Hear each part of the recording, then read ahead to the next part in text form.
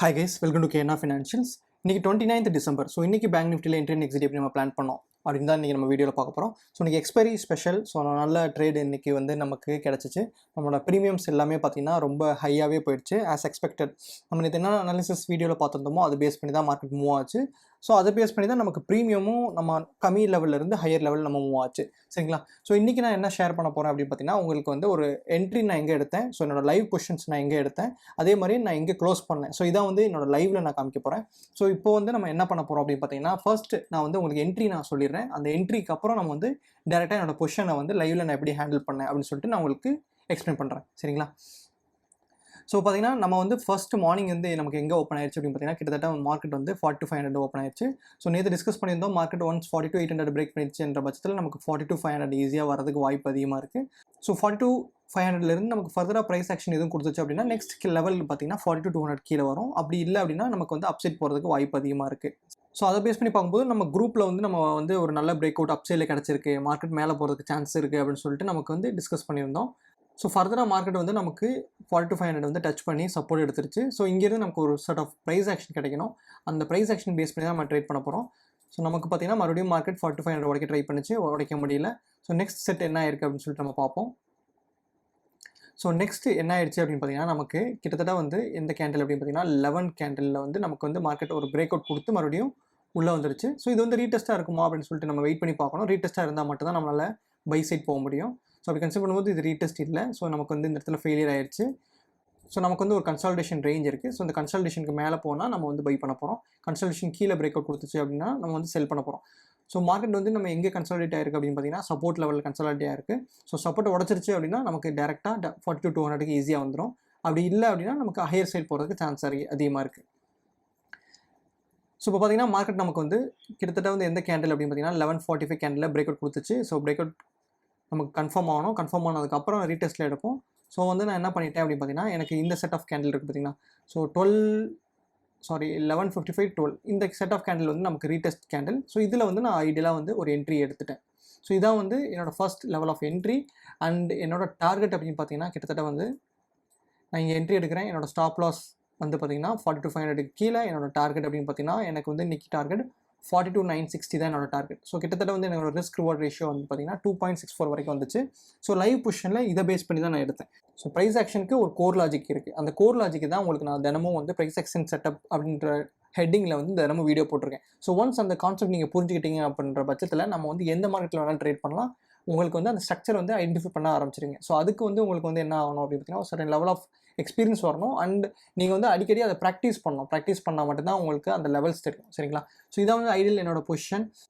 So இந்த லெவலில் நான் வந்து என்ன பண்ணேன் அப்படின்னு பார்த்தீங்கன்னா 42,700 ப்ரீமியம் எடுத்தேன். ஸோ 42,700 ப்ரீமியம் இந்த லெவலில் இருக்கும்போது எவ்வளோ இருந்துச்சு அப்படின்னு பார்த்தீங்கன்னா வெறும் 67 ருபீஸ் தான் இருந்துச்சு. 67 ரூபா. நான் எடுத்தது வந்து பார்த்தீங்கன்னா 70 ருபீஸ்க்கு நான் எடுத்தேன். அதுக்கப்புறம் மறுபடியும் ஆவரேஜ் பண்ணும்போது எனக்கு வந்து 67 ருபீஸ். ஸோ டோட்டலாக வந்து 600 குவான்டிட்டி எடுத்தேன். என்னோட இன்வெஸ்ட்மெண்ட் அப்படின்னு பார்த்தீங்கன்னா அரௌண்ட் 40,000 தான் என்னோட இன்வெஸ்ட்மெண்ட். ஸோ இது வந்து ஒரு sample trade. So price action வழியாக நம்ம எவ்வளோ வேணாலும் சம்பாதிக்கலாம்.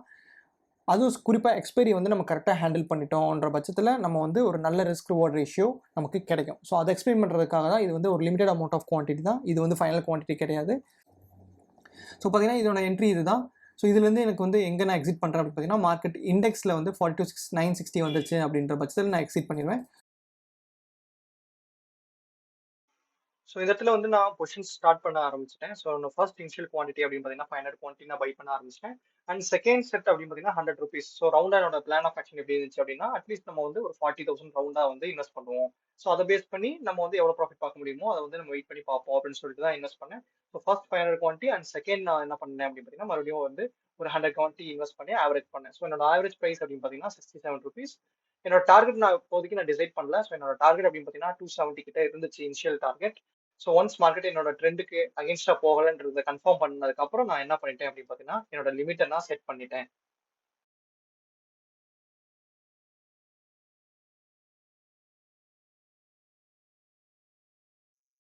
ஸோ இந்த ஏரியாவில் பார்த்தீங்கன்னா எனக்கு வந்து மார்க்கெட் வந்து ஒரு ரிஜெக்ஷன் ஃபார்ம் ஆயிடுச்சு. ஸோ இந்த இடத்துல வந்து என்னோட சைக்காலஜி எப்படி இருந்துச்சு அப்படின்னு பார்த்தீங்கன்னா நம்ம வந்து புக் பண்ணிடலாமா ப்ராஃபிட்டை, நமக்கு வந்து ஒரு நல்ல ரிட்டர்ன்ஸ் கொடுத்துருக்கு, நம்ம வந்து ரிஸ்க் எடுக்கணுமா இல்லை நம்ம வெயிட் பண்ணணுமா அப்படின்னு சொல்லிட்டு ஒரு சைக்காலஜிக்கல் ப்ரெஷர் எனக்கு இருந்துச்சு.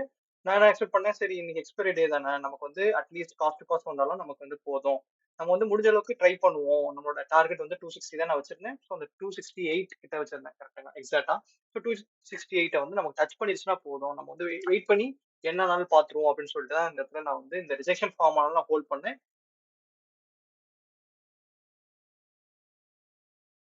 ஸோ ஃபைனலி வந்து பார்த்தீங்கன்னா, இந்த வெயிட் பண்ணதுக்கான ரிவார்ட் எனக்கு வந்து கிடைச்சிருச்சு. ஸோ கிட்டத்தட்ட வந்து பார்த்தீங்கன்னா, ₹550க்கு மேல எனக்கு வந்து ஈஸியா போயிடுச்சு மார்க்கெட். ஃபைனலி என்னோட டார்கெட் ஹிட் ஆயிருச்சு.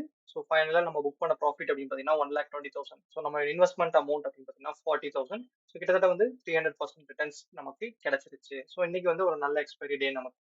ஸோ லைவ் வீடியோ பார்த்துருப்பீங்கன்னு நினைக்கிறேன். ஸோ இதான் கைஸ், இதான் வந்து எக்ஸாக்ட் என்ட்ரி. என்னோட என்ட்ரி வந்து இந்த இடத்துல தான். என்னோட எக்ஸிட் அப்படின்னு பார்த்தீங்கன்னா 42,970 எக்ஸிட் பண்ணிட்டேன். ஸோ இதோட ப்ரைஸ் அப்படின்னு பார்த்தீங்கன்னா நமக்கு வந்து ₹67 இருந்த ப்ரீமியம் எவ்வளோ தூரம் போயிருக்கு ஃபைனலாக அப்படின்னு பார்த்தீங்கன்னா ₹550 போயிருக்கு. இப்போ நீங்கள் வந்து 42,700 சிஏ செக் பண்ணி பார்த்துருந்தா உங்களுக்கு தெரியும்.